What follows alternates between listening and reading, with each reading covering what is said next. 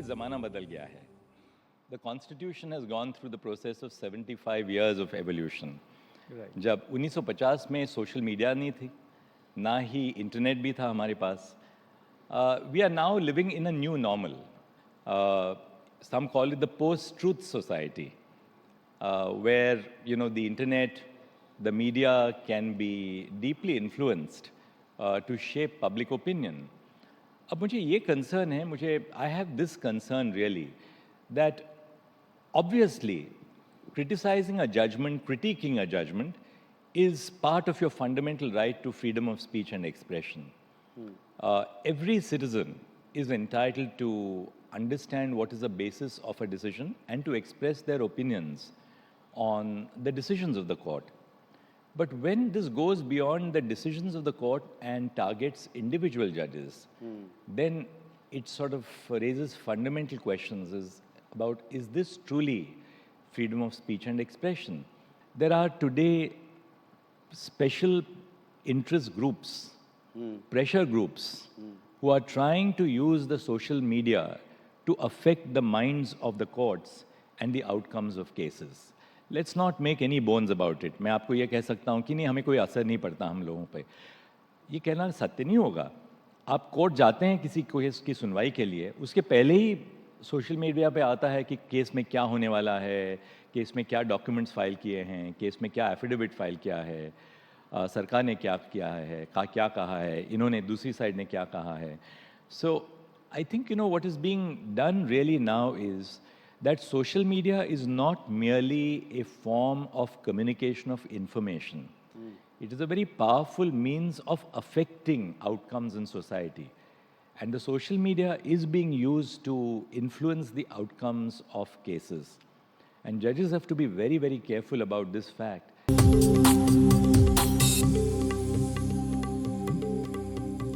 अब ये है कि जब एक किसी आदमी को अपना अपना धर्म प्रैक्टिस करने का राइट है, ये बात सही है कि इस कंट्री में रिलीजन के नाम पे कई बारी डिस्प्यूट्स होते हैं, कई बारी उसके दंगे भी होते हैं.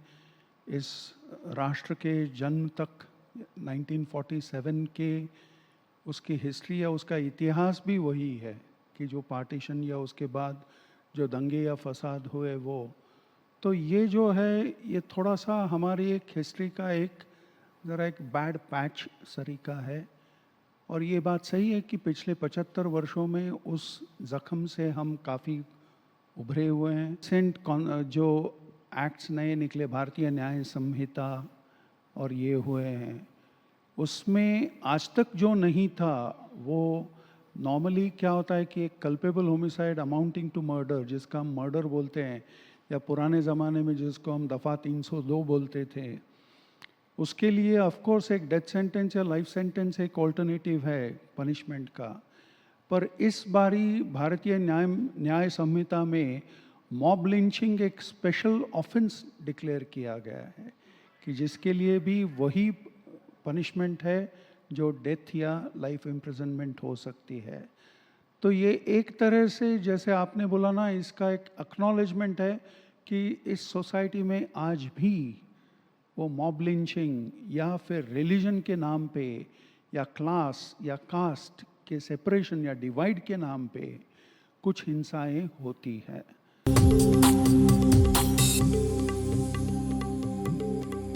2010 में मोदी जी ने गुजरात में जब मुख्यमंत्री थे तो संविधान यात्रा निकाला.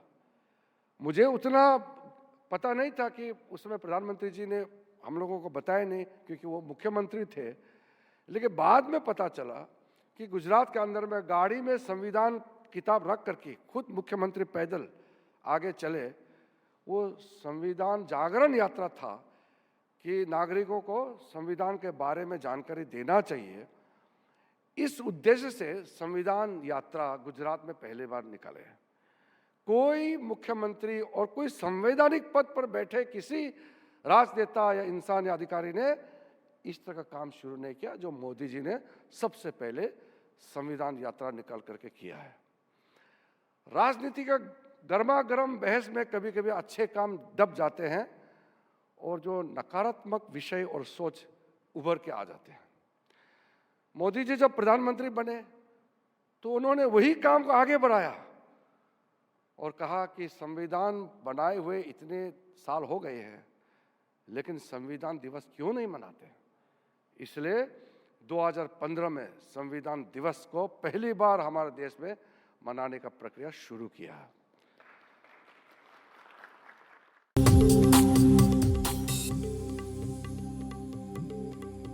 संविधान खतरे में बिल्कुल नहीं है। संविधान शाश्वत है। ये देश चलेगा संविधान से। अखिलेश बाबू जो ये बोल रहे हैं वो संविधान को कितना समझते हैं और जो संविधान बनाने वाले थे उनके भाव को कितना समझते हैं। हमारे प्रधानमंत्री मोदी जी कहते हैं विकास भी करेंगे, विरासत को भी बचाएंगे। लाल किले से कहा था 15 अगस्त को, कल भी कहा है। जब संविधान बना तो निर्माताओं के मन में एक चिंता थी कि क्या इसको ऐसे ही प्रस्तुत कर दें, सैकड़ों वर्षों बाद भारत आजाद हो रहा है। फिर सबों ने तय किया भारत के विरासत, संस्कृति और संस्कार की छवि इसमें डालेंगे। अखिलेश जी आपने बहुत अच्छा किया है कि एनडीटीवी ने ये चर्चा की है। संविधान बहुत शाश्वत डॉक्यूमेंट है। It is a very extraordinary document. सरकारें आएंगी, सरकारें जाएंगी, संविधान रहेगा।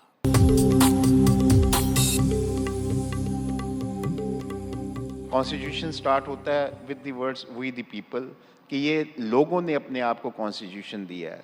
किसी भी डेमोक्रेसी में आप देखिए कि ठीक है, इट्स ए मेजॉरिटी रूल कि इलेक्शंस होंगे, इलेक्शन में जो पार्टी मेजॉरिटी ले जाएगी उनको रूल करने को मिलेगा। परंतु जो कॉन्स्टिट्यूशन में एक अच्छी बात कही गई कि मेजॉरिटी रूल डजंट मीन कि once you are elected you have right to govern in any manner you want.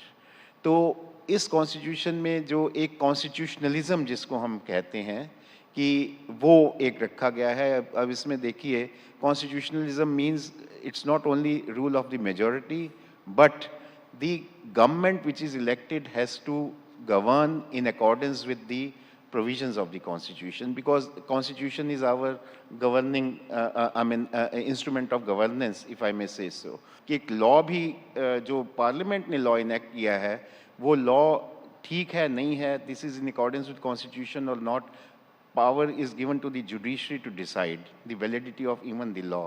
तो ये चीज़ें अमेरिका से ली गई। Rule of law, parliamentary form of government, ऐसे हमने ये इंग्लैंड से ली।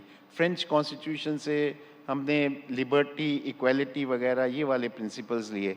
तो ये सारे प्रिंसिपल्स, और इसके अलावा हमने directive principles of state policy भी ली कि जो गवर्नमेंट इलेक्ट भी होगी, एक तो मानव अधिकार हैं, लोगों का अधिकार हैं, आप उनको वो खनन नहीं कर सकते।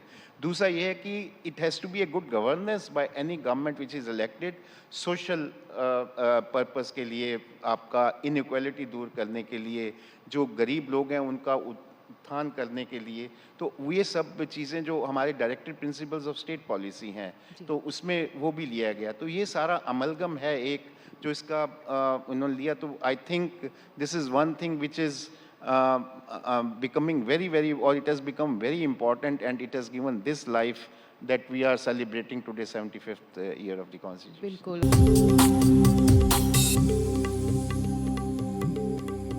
इंडिया की जो डाइवर्सिटी है, मैं समझता हूँ दुनिया में इससे डाइवर्स मुल्क कोई है नहीं। इंडिया तो इन ए वे कॉन्टिनेंट है और डाइवर्सिटी को मैनेज करना आसान नहीं है। दूसरी तरफ वही डाइवर्सिटी हमारी गारंटी है हमारी इंटीग्रिटी की। तो इस डाइवर्सिटी को मैनेज करने में एग्जीक्यूटिव, लेजिस्लेचर और जुडिशरी का बहुत बड़ा रोल रहा।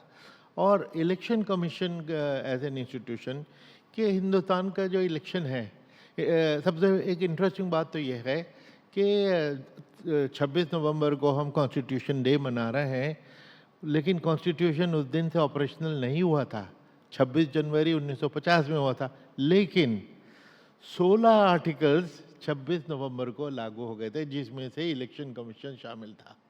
तो फैक्ट के फ्रेमर्स ऑफ द कॉन्स्टिट्यूशन ने इलेक्शन कमीशन को इतनी इम्पोर्टेंस दी कि उसको India was born as a republic 26 जनवरी को, इलेक्शन कमीशन की पैदाइश हुई 25 जनवरी को। तो ये दिखाता है कि कितनी इम्पोर्टेंस कॉन्स्टिट्यूशन फ्रेमर्स ने इसको दी। और उसके बाद जिस तरह जो हमारा इलेक्शन है वो पूरे कॉन्टिनेंट से ज़्यादा है। यूरोप में 50 देश हैं, उससे बड़ा हमारा इलेक्शन है। अफ्रीका में 54 देश हैं, उससे ज़्यादा हमारे 90 देश इंटू 1 इज़ इंडियाज़ इलेक्शन। अब अगर इंडिया का इलेक्शन जब होता है, आप समझिए 90 मुल्कों का इलेक्शन हो रहा है। और 90 मुल्कों के सिर्फ नंबर्स ही नहीं, बल्कि उनकी जो कम्प्लेक्सिटीज़ हैं, उनकी जो प्रॉब्लम है, वो सारी रोल्ड इनटू वन है।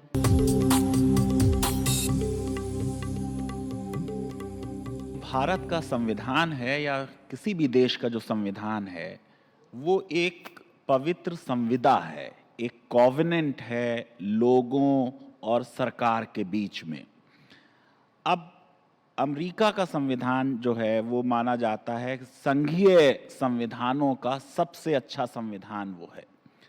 हमारी सुप्रीम कोर्ट ने भी पहले state of West Bengal versus union of India में ये कहा कि अगर एक संघीय संविधान बनाना है तो उसके लिए केंद्र और राज्यों के बीच में एक एग्रीमेंट हो। जब संविधान सभा अपना प्रस्तावना बना रही थी, जिसका आज भी जिक्र हुआ, विश्व में 66 ऐसे संविधान हैं जिनका प्रस्तावना ईश्वर के नाम से शुरू होता है।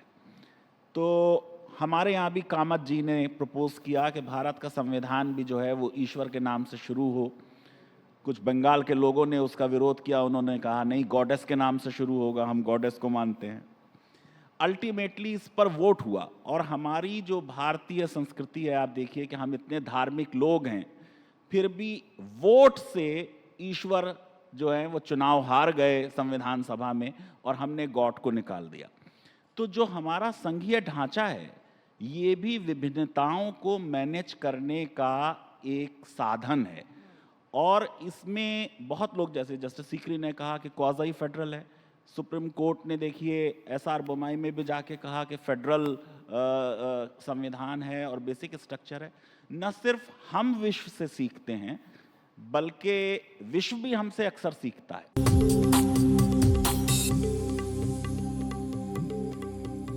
देखिए, अगर जानबूझकर संविधान के बारे में हम विकृत करना चाहेंगे हमारी बात, तब आप ये कहेंगे जो कहा जा रहा है कई और तबकों से। जब हम ये कहते हैं कि हनन हो रहा है तो बड़ी सरल बात कह रहे हैं। वो बात है मूल्यों का हनन हो रहा है। इस संविधान के क्या मूल तत्व हैं, उन मूल्यों की कमी हो रही है, हनन हो रहा है या उन पे आघात हो रहा है, सिर्फ ये मतलब है। मैं समझता हूँ कि 7-8 बहुत ही चिंताजनक डेवलपमेंट्स हुए हैं, काफ़ी समय से हुए हैं। एक तो देश में दुराव, अविश्वास, विभाजन की राजनीति, ये अपने आप में पूरा डिस्कशन हो सकता है, मैं सिर्फ आपको बिंदु दे रहा हूँ उसकी। दूसरा, हमारे संस्थाओं को कमज़ोर करना। एक उदाहरण लीजिए आप ब्यूरोक्रेसी को। अंबेडकर साहब ने कभी ये नहीं सोचा था कि जब आप केंद्र से गवर्नर नियुक्त करेंगे, बल्कि डिबेट्स में कहा था कि एक म्यान में 2 तलवार नहीं हो सकती, मुख्यमंत्री और राज्यपाल।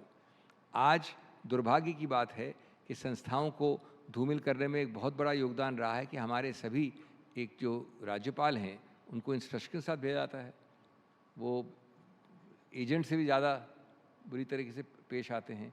गलती करने का अधिकार क्षेत्र है चुनावी सरकार को, वो अधिकार क्षेत्र उन पे छोड़ना चाहिए। उसका शासन टेक ओवर नहीं कर सकता राज्यपाल।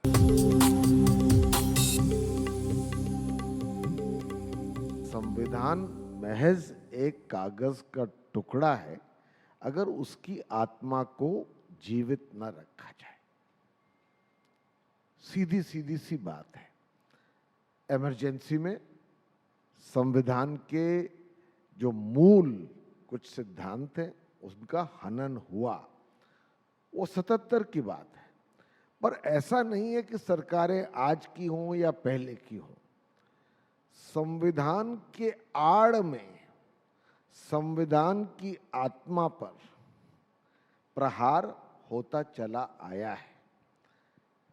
जो संविधान की आत्मा में जिस स्वतंत्रता से कुछ इंस्टीट्यूशंस बनाए थे, अगर वो अपनी स्वतंत्रता खो बैठे और बड़े जाहिर तौर पर खो बैठे, जैसे कि इलेक्शन कमीशन ऑफ इंडिया, जैसे कि मैं समझता हूं कुछ इन्वेस्टिगेटिव एजेंसीज जो अपने आप में स्वायत्त है, स्वतंत्र हैं, वो किसी राजनीतिक पार्टी के निर्देशों पर काम नहीं करती हैं, अगर वो कॉम्प्रोमाइज हो जाए तो संविधान को खतरा है।